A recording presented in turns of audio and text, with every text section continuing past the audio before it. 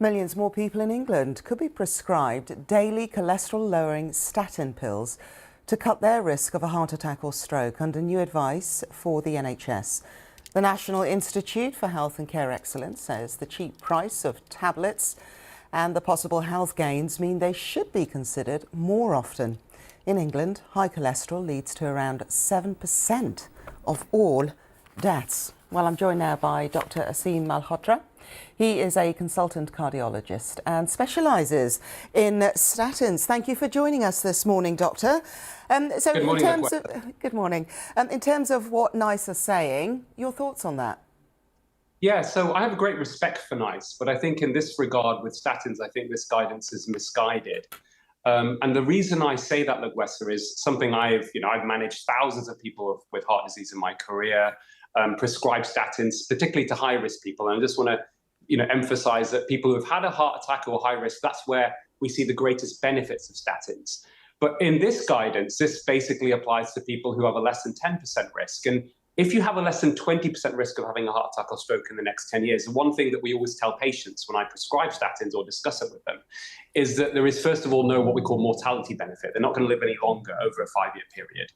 And that the absolute benefits for them is about 1%, 1 in 100 in preventing a non-fatal heart attack or stroke. So that informed decision-making needs to be part of the process in discussion with patients and then help the patient make a decision themselves. In my own experience, Lagwessa, when most patients are told this information, they actually say, "Doc, to be honest, I don't really fancy those odds. Is there anything else I can do?" And of course, the big issue really that's ongoing, which has been going on for years in this country, is that we've not been addressing unhealthy lifestyles, or certainly being effective in curbing unhealthy lifestyles. We have this big problem with the obesity epidemic.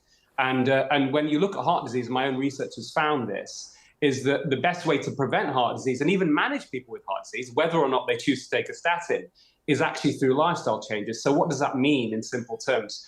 It means cutting out ultra-processed foods, which is now half of the British diet. So foods that come in a packet that are full of unhealthy oils, carbohydrates, sugar, for example. Eating real food, basically. Moderate exercise, at least 30 minutes brisk walk a day. And also the other big sort of elephant in the room is stress reduction. Now, on top of that, Lagwessa, one of the reasons I think this has come into the news just now is obviously there's been a big concern recently around excess deaths. Now, the British Heart Foundation have said, certainly during the pandemic or since the pandemic, there's been 30,000 excess deaths specifically due to coronary artery disease. That's my area of expertise. And they're trying to figure out what's causing it. Chris Whitty recently suggested that it could be because people weren't prescribed statins or blood pressure pills. But Carl Hennigan, that unfortunately, I've got respect for Chris Whitty, but I think he's mistaken here, because analysis I've done, and even Carl Hennigan, the director of Centre of Evidence-Based Medicine, Oxford, suggests that statin pills prescription hasn't reduced since the pandemic. So it's unlikely to be a cause.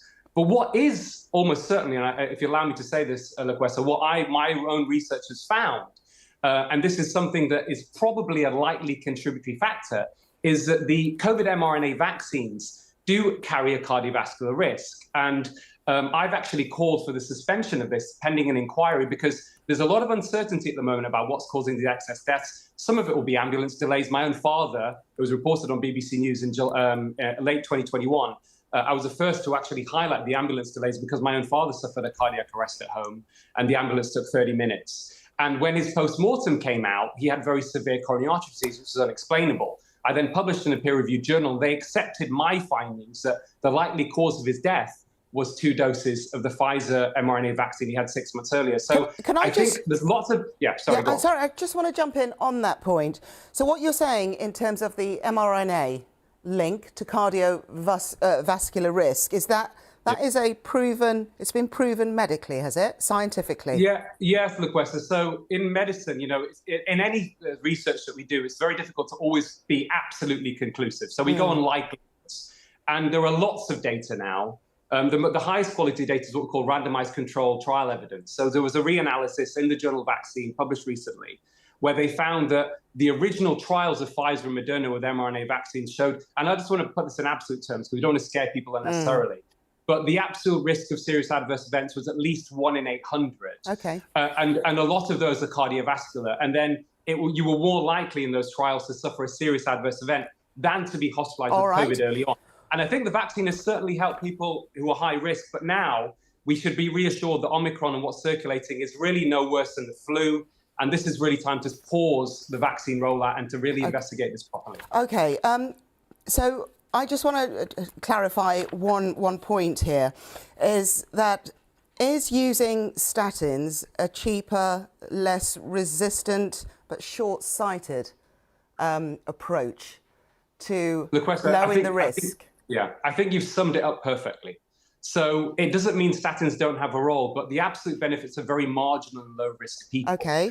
And actually, therefore, I would say to patients, this is the benefit, but if you cut out ultra-processed foods, if you engage in regular activity, and we need to help people do that as well. The problem is, as you know, a lot of the issues driving the obesity epidemic are related to the food environment. We have an oversupply of cheap ultra-processed foods that are very heavily marketed, and that drives a lot of behavior.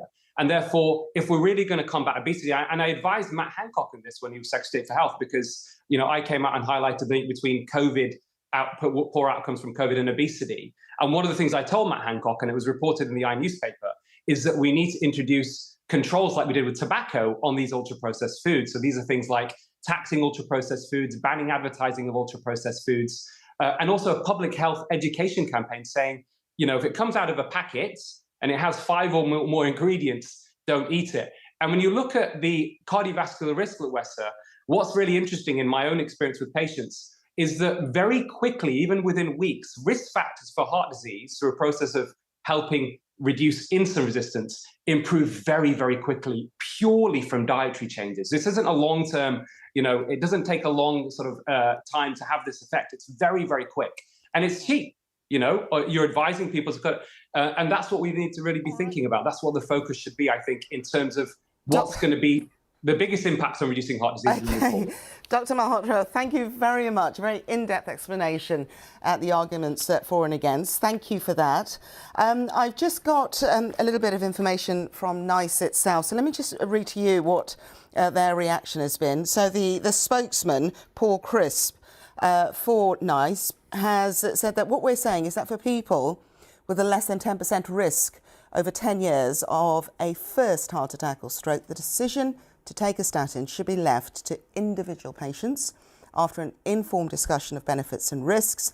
The evidence is clear in our view that for people with a risk of 10% or less over 10 years, statins are an appropriate choice to reduce that risk. We are not advocating that statins are used alone, and very quickly the draft guidelines continue to say that it is only if lifestyle changes on their own are not sufficient and that other risk factors such as hypertension are also managed.